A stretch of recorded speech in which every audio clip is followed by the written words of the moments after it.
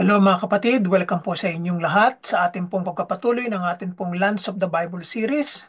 Kayo po ay aking wini-welcome sa ating pong ika-23 yugto ng ating pong Lands of the Bible. Bago po tayo magsimula ay tayo po ay tumungo at tayo po ay manalangin.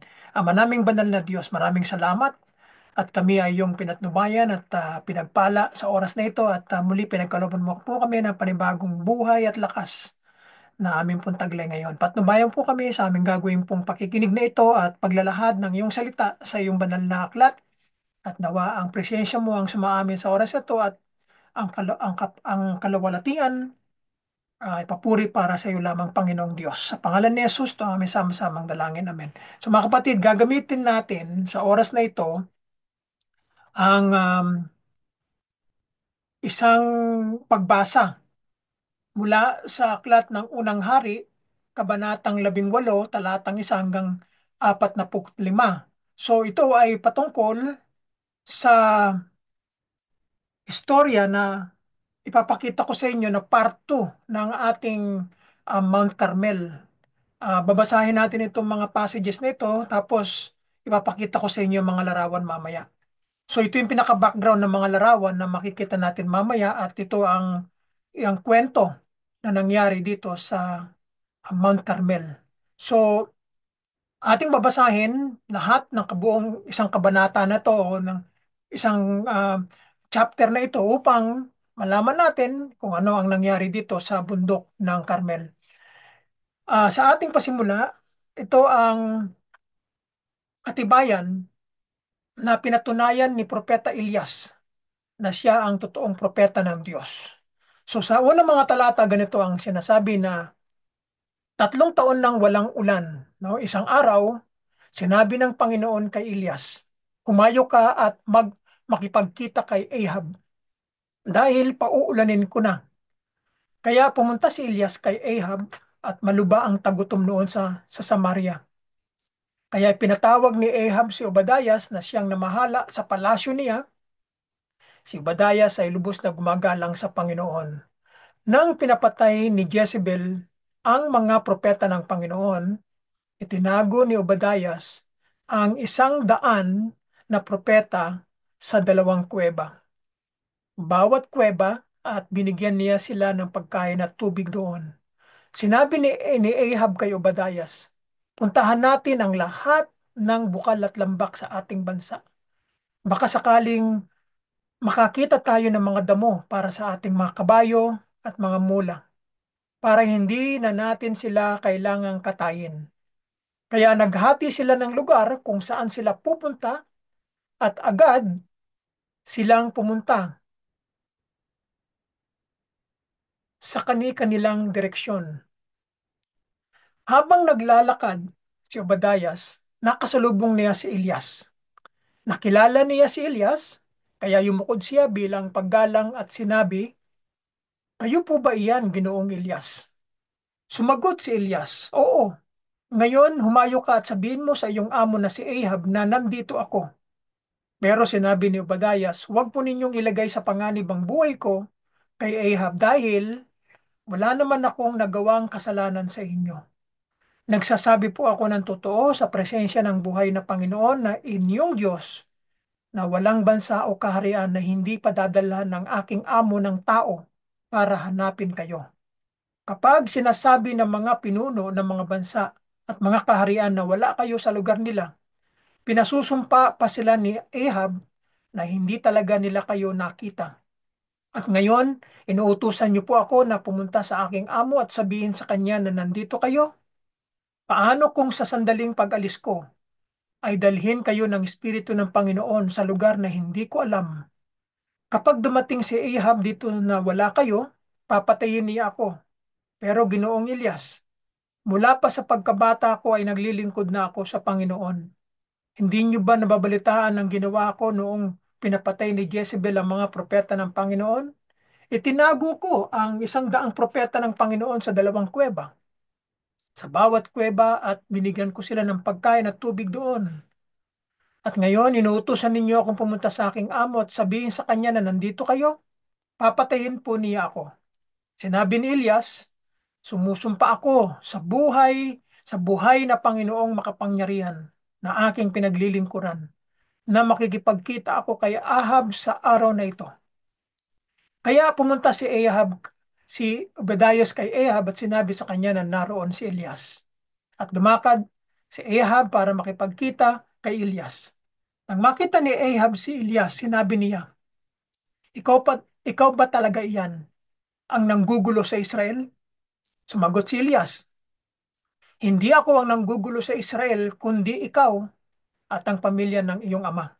Dahil itinakwil ninyo ang mga utos ng Panginoon at sinamba ninyo ang mga Diyos-Diyosang si Baal.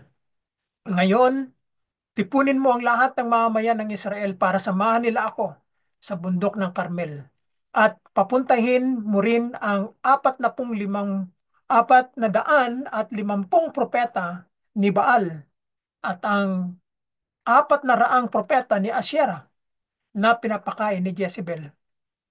Kaya tinipon ni Ahab ang lahat ng mamamayang Israelita at ang mga propeta sa bundok ng Carmel. Lumapit si Elias sa mga tao at sinabi, hanggang kailan pa ba kayo mag-aalinlangan? Kung ang Panginoon ang totoong Diyos, sundin ninyo siya. Pero kung si Baal ang totoong Diyos, sundin ninyo ito. Pero hindi sumagot ang mga tao. Sinabing muli ni Elias sa kanila, ako na lang ang natitira sa mga propeta ng Panginoon. Pero si Baal ay may 450 propeta. Ngayon dalahan ninyo kami ng 2 toro. Pagkatapos pumili ang mga propeta ni Baal ng kanilang kakatayin at ilagay ito sa ibabaw ng gatong. Pero hindi ito sisindihan. Ganon din ang gagawin ko sa 1 toro. Ilalagay ko rin ito sa ibabaw ng gatong at hindi ko rin ito sisindihan. Pagkatapos, manalangin kayo sa inyong Diyos at mananalangin din ako sa Panginoon. Ang sasagot sa pamamagitan ng apoy ang siyang totoong Diyos at sumang-ayon ng mga tao. Sinabi ni Elias sa mga propeta ni Baal, kayo ang mauna dahil marami kayo. Mamili kayo ng 1 toro at ihanda ninyo. Manalangin na kayo sa inyong Diyos, pero huwag ninyong sisindihan ng gatong. Kaya kinuha ng mga propeta ni Baal ang toro na dinala sa kanila at hinihanda ito. Pagkatapos nanalangin sila kay Baal mula umaga hanggang tanghali. Sumigaw sila, O Baal, sagutin mo kami. Sumasayaw-sayaw pa sila sa paligid ng altar na ginawa nila. Pero walang sumagot. Nang tanghaling tapat na, ininsulto na sila ni Elias. At sabi niya, sige, lakasan niyo pa ang pagsigaw. Diyos naman siya.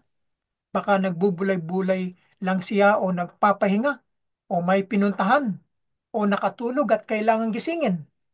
Kaya sumigaw pa sila ng malakas at sinugatan ang mga katawan nila at ng sibat at espada ayon sa kinaugalian nila hanggang sa dumanak ang dugo.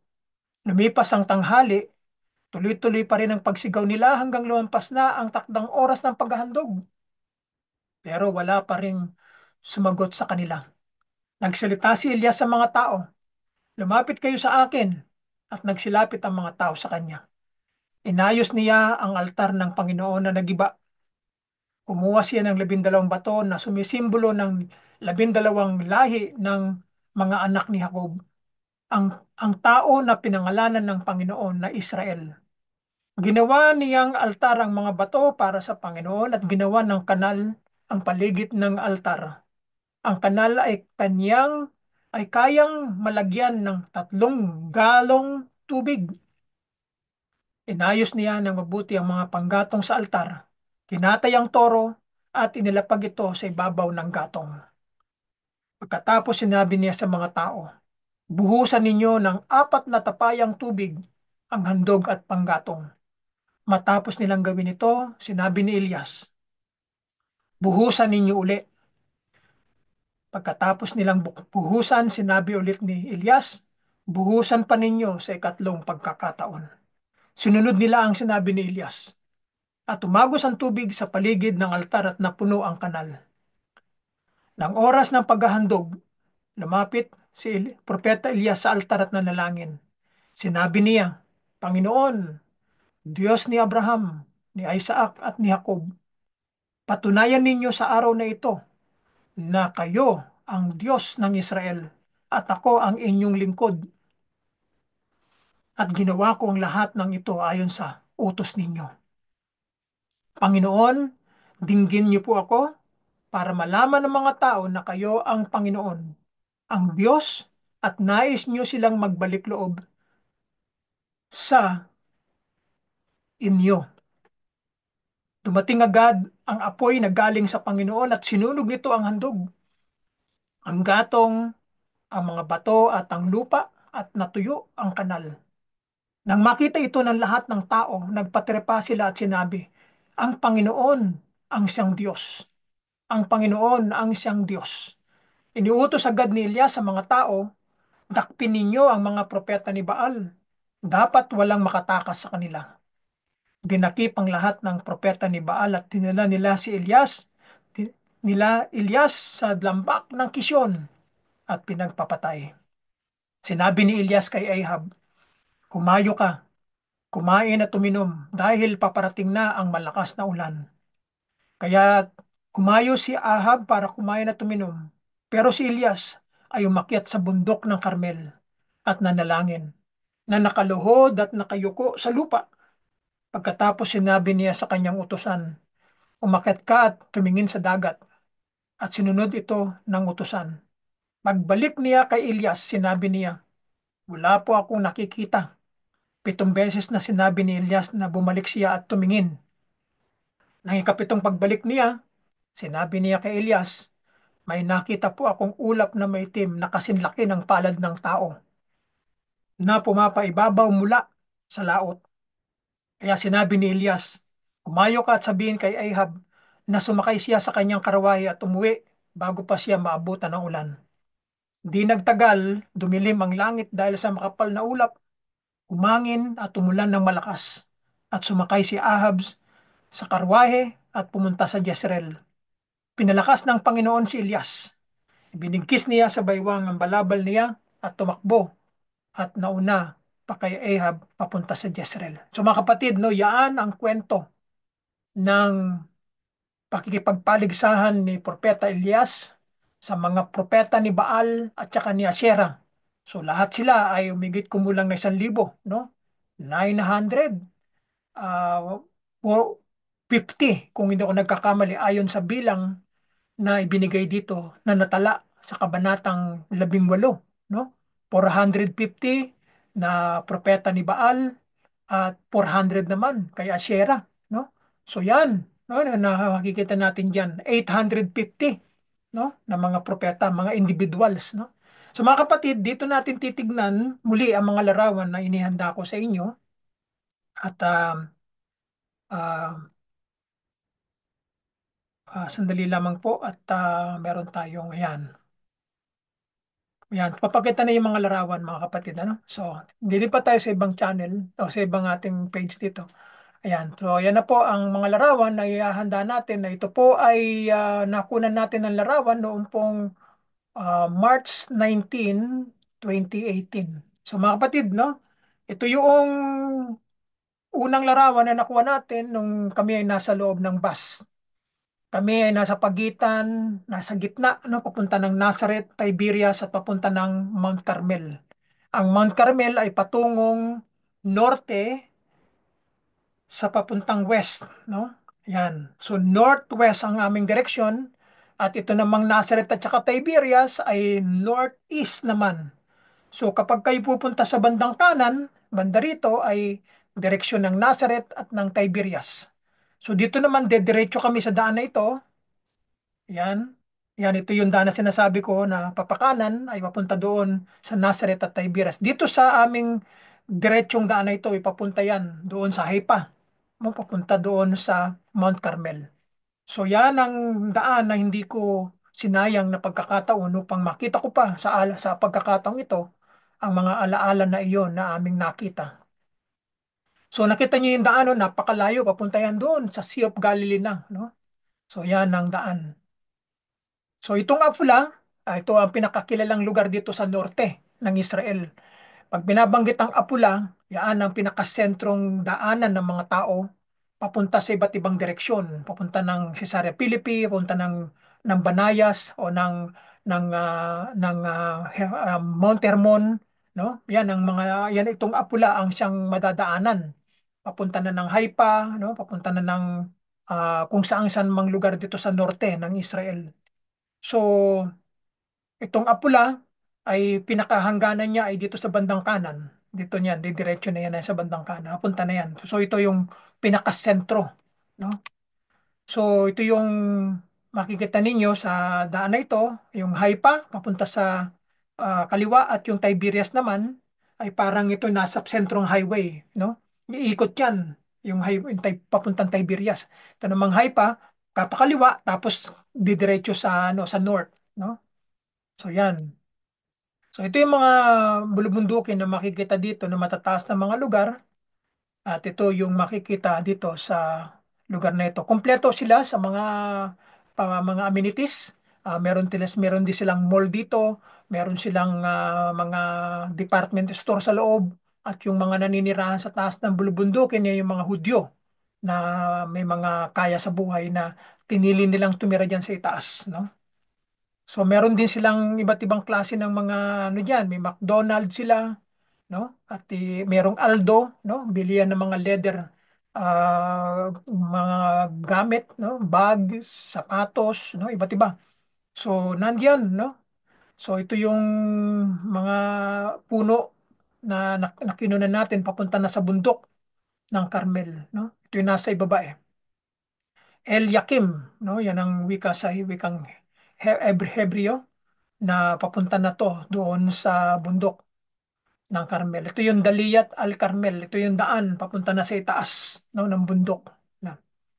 So nandito na sa halos ano na, paanan na papunta sa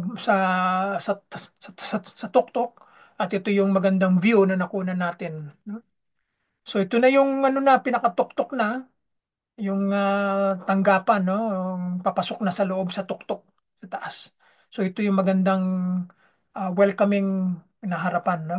So ito yung sign ng Mukara. Ang tawag nila the sacrifice. Dito nangyari yung pag-aalay, no, ng mga labanan ng paghahamon ni Propeta Elijah sa mga propeta ni Baal at saka ni Asherah. 950 lahat, ano? O 850, sorry. 400 yung kay Baal, 415 man yung kay Asherah. So ang dami nila, no? Ang kalaban nila isa lang, si Propeta Elias lang ang kanilang kalaban. So nariyan, no, ang schedule ng pagpasok at ng paglabas, no? So 5:30 ng hapon wala na, sarado na 'yan. 5 o'clock ng hapon ay pinakahuli na 'yon. Wala nang papasok pagkatapos nun.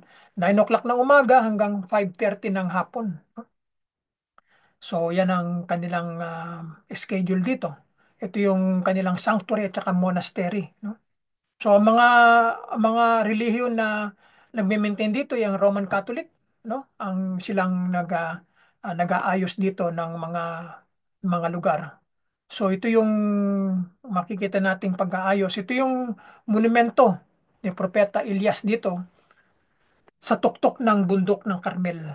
Dahil sa nangyaring na dininig ng Diyos ang panalangin ni Propeta Elias ay nananatili ang mga alaalang ito dito sa bundok ng Carmel. Yan, no? Pag nakita niyo yung espadang nakataas sa kanyang kamay, ibig sabihin yan ay nagwagi ang Diyos sa mga propeta ni Baal at saka ni Asherah. Yan, no? Ito yung Carmelite uh, building o church building ng Roman Catholic, you know.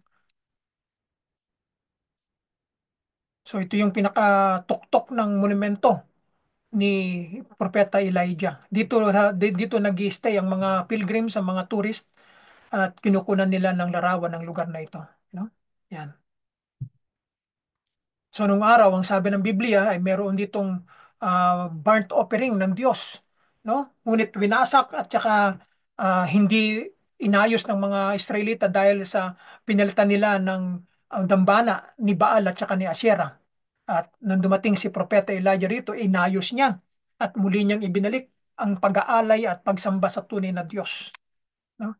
Yan ang pinakamagandang kuna natin na walang tao At alaala yan, hanggang ngayon ay nandyan yan sa tuktok ng bundok ng Carmel. So yan ang sinasabi ko sa inyo na breadbasket ng Israel, itong Jezreel Valley. No? Binanggit natin ito sa part 1 ng Mount Carmel na dito ay kinukuha ang mga pagkain ng buong Israel, ang kailang mga pananim na trigo, tinapay, excuse me, mga prutas, ubas, iba't ibang klase ng mga prutas ay tinatanim sa lugar nito sapagkat ang lupa dito ay mayaman at maganda ang lupa at ang lahat ng klase ng mga halaman ng mga prutas ay tumutubo sa lugar na ito. Kaya ito ay tinawag ng mga Israeli na breadbasket of Israel, no? Yan. Yan ang kapag ito makikita ninyo ng personal, at kayo nasa tuktok kung saan ako nakatayo at nakikita itong lugar na ito, mararamdaman ninyo yung samyo ng hangin na umiihip sa inyong pisngi, no? Hindi naman malakas pero damdam nyo yung pagdating ng hangin, no? At makikita nyo ang ganda ng paligid, no?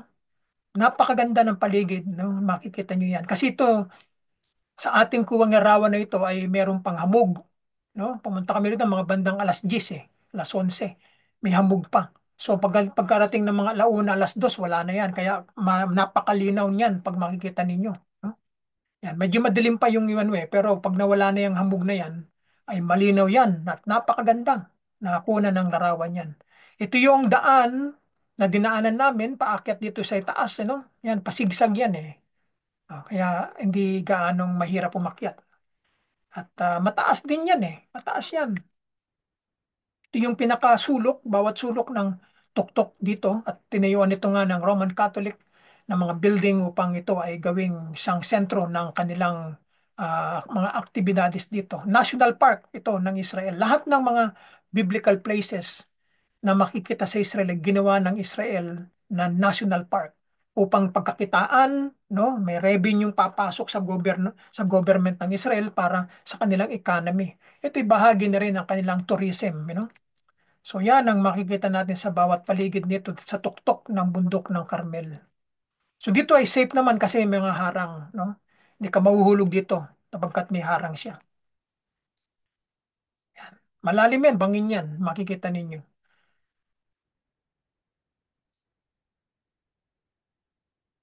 So kung ito'y walang hambog, makita niyo ang napakagandang paligid, Very relaxing, nakakawala ng stress yan, no? At ang masasabi mo na lamang ay salamat sa Diyos, purihin ang Panginoong Diyos sa kanyang nilikha. Napakaganda ng kanyang nilikha, di ba? At walang hanggang pasasalamat habang natin nakikita ang mga larawan na yan at yung pinakatunay na, na lugar, no? Kasi nung ako'y nandyan, talagang walang hanggan ako nagpapasalamat, no? Talagang praise you, O God, You are worthy to be praised, Yan ang palagi kong binabanggit sa aking puso kapag nakikita ko ang mga lugar na ito sapagkat ito lang may binabanggit sa banal na kasulatan kaya pag nandun na kayo sa tuktok niyan ay talaga namang sinagot na ng Panginoon yung dalangin natin na makita ang aktwal ng mga lugar na ito. Ayan, medyo malinaw ang pagkakakuha rito. At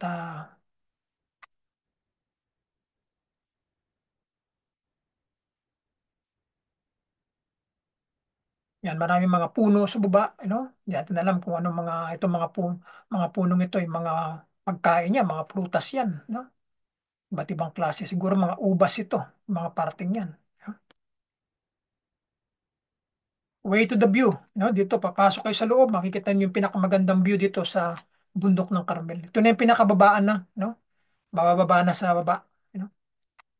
So ito yung pinakaharapan, ito yung kasama namin sa grupo at pagka 5:30 na sarado na yan. Wala nang papasok diyan, no? So yan. No, kami tapos na nung kami nagpunta dito at magpupunta na naman kami sa ibang lugar na naman, no?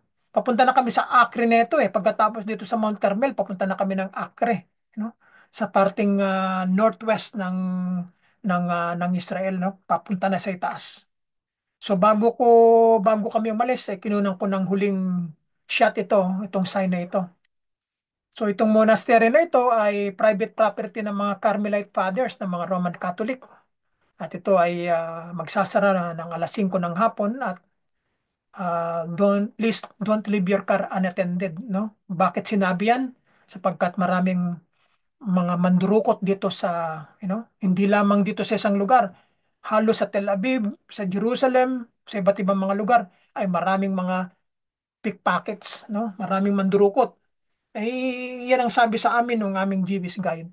Huwag kayong pakampante kasi ang tinatarget ng mga mandurukot ay yung mga turistang gaya ninyo, no? Kaya maging alerto kayo. Yung mga gamit ninyo ay huwag ninyong ipapakita kasi minsan dalawang tao yan na yung isa ay kakausapin ka at yung isa naman ay gagawa ng hindi maganda, no? Yan mga modus operandi nila yan no? Kaya nung kami nasa taas ng Mount of Olive, ganun ang sinabi ng aming Jewish guide, no? Iwanan ninyo yung mga belongings ninyo sa bus at baka mawala, no? At maraming mga mandurukot diyan sa baba, no? Kung kunwari lamang sila nakatingin kasama ng mga turista at mga pilgrims o ng mga tourist, eh hindi pala, may sinisikwat na pala doon sa bag mo, no? So ganyan. Kaya hindi lang mga gamit, kung hindi kung ano mang mga bagay na kanilang mapapakinabangan ang kukunin nila, no? Kaya bakit inilagay diyan? Dahil ayaw ng mga namamahala na mawala ng gamit ang mga turistang mga bumibisita sa kanila. Kaya sinasabi na in advance, di ba? So ganyan, maganda yung ganyan Hanes sila no? So yan ang mga tupa na makikita ninyo na napastol dito sa bundok ng Carmel. Yan lang naman ang pagkain ng mga tupa, mga kambing ng mga halaman, no? Sariwa at mayaman sa mga damo. Ito na yung pinagsama-samang larawan kanina, no? Na inilagay sa isang clip. Then, pagkatapos nito ay magkatapos na po tayo mga kapatid. Ano? Yan lamang ang mga nakunan kong mga larawan dito sa Mount Carmel. No, hindi naman siya gaano marami dahil pagdating mo sa itaas, ito lang talagang makikita mo. Wala nang iba. No? Wala na. Kasi kinunan ko na lahat ang pwede kong kunan. Kaya kung ano itong mga nakita ninyo ngayon, yan ang makikita ninyo sa tuktok ng bundok ng Carmel at wala nang iba. No? Sapagkat lahat ng paligid ay kinunan ko. No? Pati yung mga makikita nyo sa labas, no? Ito yung sa tuktok Tuktok ito ng, ng Mount Carmel. Wala na. No? Yan ang makikita ninyo. Hmm. So I hope mga kapatid, no, na ganun, nagkaroon kayo ng idea kung ano ang bundok ng Carmel sa ating kapanahunan. No? Nung binasa natin kanina ang chapter 18 ng First Kings, ay ito, ang lugar kung saan nangyari yung kwento na ito ng encounter ni Prophet Elijah sa mga propeta ni Baal at saka ni Asherah. At ang Panginoong Diyos ang nagwagi, no? Pinakinggan ng Diyos ang dalangin ni Propeta Elijah at nagpadala siya ng apoy para sunugin ang handog. Kaya si Propeta Elijah ay binansagang ang propeta ng apoy, no? Dahil nagpababa ang Diyos ng apoy sa kanya. At nung siya ay kinuha ng Diyos, dumating ang chariots of fire at siya ay sinundo, no? So yan mga kapatid, Diyan nagtatapos. Ito yung pinakahuling larawan natin wala na. So ako po'y magpapaalam ng mga kapatid at maraming salamat sa inyong lahat at sa muling pagkikita at nawa ay walang sawa nating pag-aaralan, no? Sasaliksikin ang mga lugar, mga bansa, mga lupain na binanggit sa banal na kasulatan. Kaya ako'y nagkapasalamat sa inyong lahat na patuloy ninyong sundan upang makakuha tayo ng mga kaalaman, mga karunungan na makikita natin sa banal na kasulatan. Kaya ang akin lamang dalangin ay inyo pong i-share, no, ang mga palatuntunan natin upang may mga tao pang maabot nito, no? Natututo tayo at matututo rin ang mga ibang tao na makakapanood ng ating palatuntunan na ito. Kaya salamat po sa inyong lahat at ako po'y magpapaalam na. We'll see you again and God bless you all and bye for now.